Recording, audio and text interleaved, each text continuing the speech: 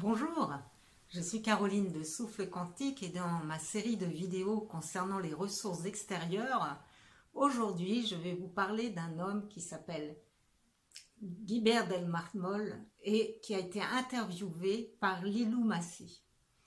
Et quand j'ai découvert son témoignage, je me suis dit, waouh, cet homme, il incarne totalement toutes les valeurs holoquantiques que je prône et elles sont complètement intégrées dans sa vie.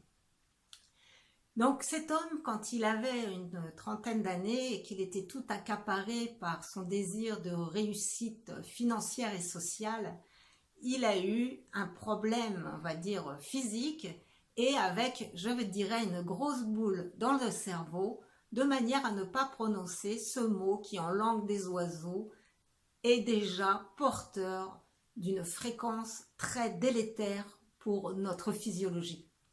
Mais donc les médecins ont dû aller l'opérer dans son cerveau et lui enlever donc cette masse.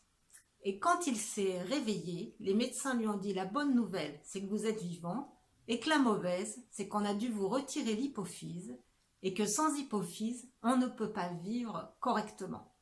Ça veut dire, cher monsieur, vous allez être dépressif, vous ne pourrez pas avoir d'enfants, une espérance de vie d'une quinzaine d'années maximum et également vous devrez prendre des médicaments toute votre vie.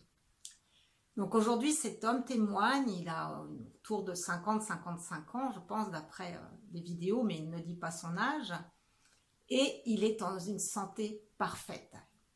Donc son parcours est magnifique parce qu'il a accepté donc de se faire opérer, donc d'utiliser les moyens médicaux qui sont indispensables encore de nos jours, mais ensuite il a refusé le pronostic et il a commencé à se prendre complètement en main en écoutant sa guidance intérieure.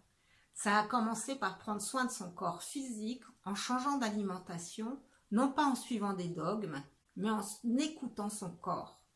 Ça a également été en choisissant de faire ce qui lui faisait du bien, c'est-à-dire de grimper des sommets de montagne, donc il a beaucoup marché. Et aussi, il a pris soin de se mettre à la méditation et de découvrir donc comment se relier à cet espace de silence transcendant.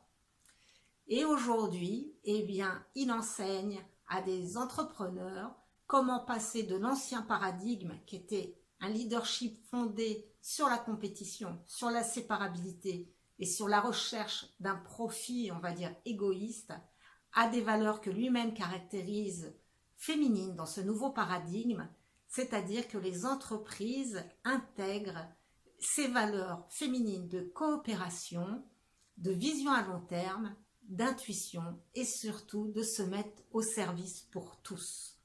Donc lui, il a vraiment une vie où il a prouvé à lui-même et aux personnes à qui il partage eh bien, que on pouvait vivre en bonne santé malgré un pronostic profondément défavorable et qu'on pouvait vraiment être épanoui en prenant soin de soi, soin des autres et soin de la collectivité.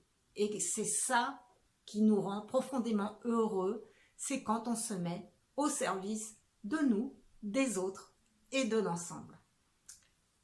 Si vous souhaitez écouter son témoignage, il est dans mes coups de cœur, en fait, dans une playlist sur Souffle Quantique. Et si cet petit post vous a plu, merci de le liker et de le partager. À très bientôt.